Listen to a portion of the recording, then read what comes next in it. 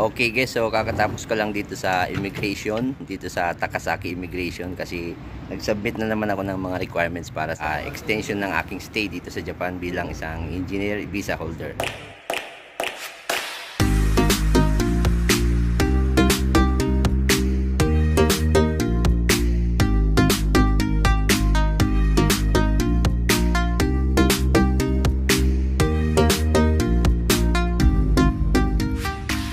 So yung mga list of requirements ay medyo nabago kaysa dun sa dati kong sinasubmit last year. So nung mga nakaarang taon kasi mas marami. Ngayon medyo nabawasan yung mga requirements. Sabi kasi nung immigration officer ay dahil malaki naman daw yung company ko o yung pinapasukan ko na company ay hindi na daw kailangan yung ibang mga requirements. Okay guys, so yun na nga, kakatapos ko lang dito sa immigration. So kakalabas ko lang dito sa immigration office and then nabago yung mga requirements. Pero ito yung mga list talaga na piniprepare ko lagi nung mga nakaraang application ko ng extension. So isa-isahin ko.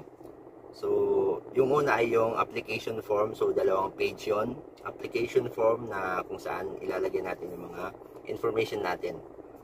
Okay, and then pangalawa yung photo 4x3 cm, yung picture ID picture natin, and then kailangan dalhin din yung passport saka yung residence card kasi yung residence card natin ay lalagyan nyo ng stamp dun sa likod na ibig sabihin ay under extension or pinaprocess para sa extension. So sa Syrio card natin kapag nag-apply tayo ng extension, mayroon silang stamp na nilalagay. So yung stamp dito sa bandang gilid sa may square dyan, mayroong stamp dyan na ibig sabihin ay nakaprocess siya para sa extension. So kahit ma-expire na tong residence card na to, ay mayroon pa siyang extension na automatic siyang ma-extend ng nasa 1 month yata yun habang hinihintay yung pagdating ng panibagong residence card. Okay, so yan, mayroon siyang stamp. So pwede nyo ipakita yan pag medyo lumagpas na sa oras or sa date yung dala nating alien card at hindi pa dumadating yung panibagong residence card. And then dito naman sa ating passport, sa passport natin, mayroon din silang inilakip na, ayan, nakalagay dito ay Shinsei Okitsukiyo. So may nakalagay dito, may nilakip sila na, ayan. So may information dyan, mayroong piece of paper na pinag-stapler sila dito. Nakalagay ay Shinsei Okitsukiyo. I think application receipt yung tawag dito. Okay. So yun din mayroong date. And then mayroong application number. May nakalagay dyan, application number. Kapag gusto nating mag-inquire kung ano nang nangyayari sa process ay pwede tayong tumawag sa immigration and then sabihin lang natin yung application number natin. Okay, and then yung pang-apat, Juminhyo residence card, makukuha to sa City Hall. Jumin Seisho Misho, no Seisho Misho. Yung tatlo na to ay lahat to nakukuha sa City Hall. And then yung pang-pito dito ay yung tinatawag na withholding income tax slip or yung Gensen Choshuhyo. Gensen Choshuhyo na binibigay ng company natin every January, every end of the year kasi ay kinukompute yun, and then pag na-compute na mga end of January ay binibigay sa atin yung Gensen Choshuhyo na tinatawag. Okay, so yun yung requirements sa part natin. And then sa part naman ng company na requirements ay ito. Yung application form din na doon naman sa company side. So 2 pages din yun. And then kailangan mayroong pangalan yung company doon. And then yung mga information ng company natin nandoon. Tulad ng mga company registration, capital, income, ilan yung employee ng company. So mga ganun. And then meron pang kinuha ko sa sa company namin ay yung Zaishoku Shomisho. Yun yung pangalawa. And then, yung para din siyang Gensen. So, hindi ko mabasa yung kanji niya kasi napakahaba. Kung titignan nyo. Ayan siya yung kanji niya. Yan sa baba. Yan. Yan yung requirements na kinuha ko doon sa company. So, ito yung mga yon. Kung babasahin ko siguro, di ko sure kung mababasa ko to lahat. Pero, try kong basahin kung mababasa ko. Zennenbun no Shokuin no Kyuyo Shutoku no Gensen Choshuhyo nado no Houtei Chosho Gokeihyo ang haba. So, di ko sure kung tama yung pagkabasa ko ng kanji na to. Anyway, lalagay ko sa screen para makita nyo rin yung kinuha ko doon sa company namin.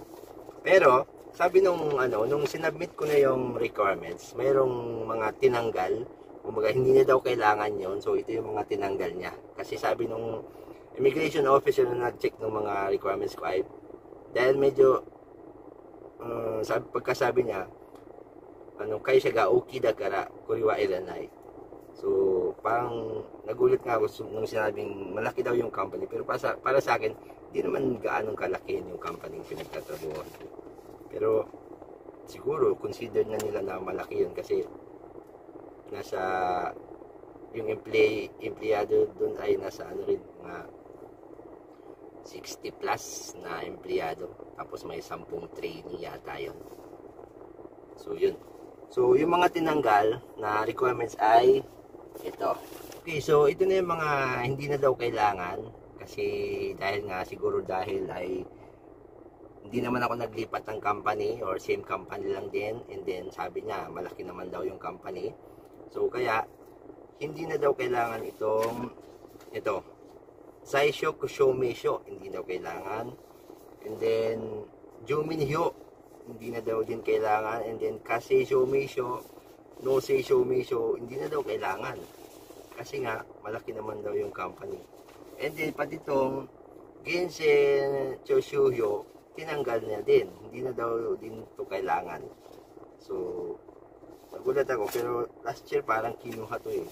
Marami kong sinabit last year eh. Pero, anyway, kung okay na yon siguro medyo di ko sure kung medyo maluwag ngayon yung immigration kasi yun nga dati sinasubmit ko yon noon pero ngayon medyo hindi na ako pinasubmit nitong mga sinabi ko na Juminhyo, No Seisho Meisho, Kaseisho Meisho, tsaka yung Seisho Kusho Meisho and then Genshin.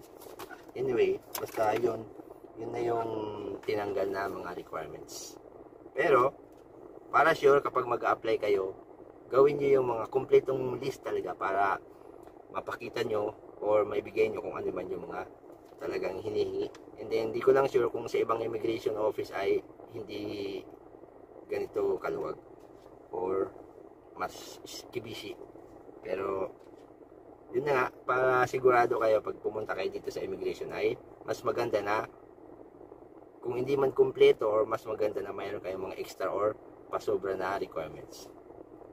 Para in case na hingiin sa inyo ay mayroon kayong maipapakita agad para hindi nyo na kailangang i-send yung mga additional na requirements para isang beses lang na application, isang araw lang, so tuloy-tuloy na yun hanggang matapos yung proseso ng application.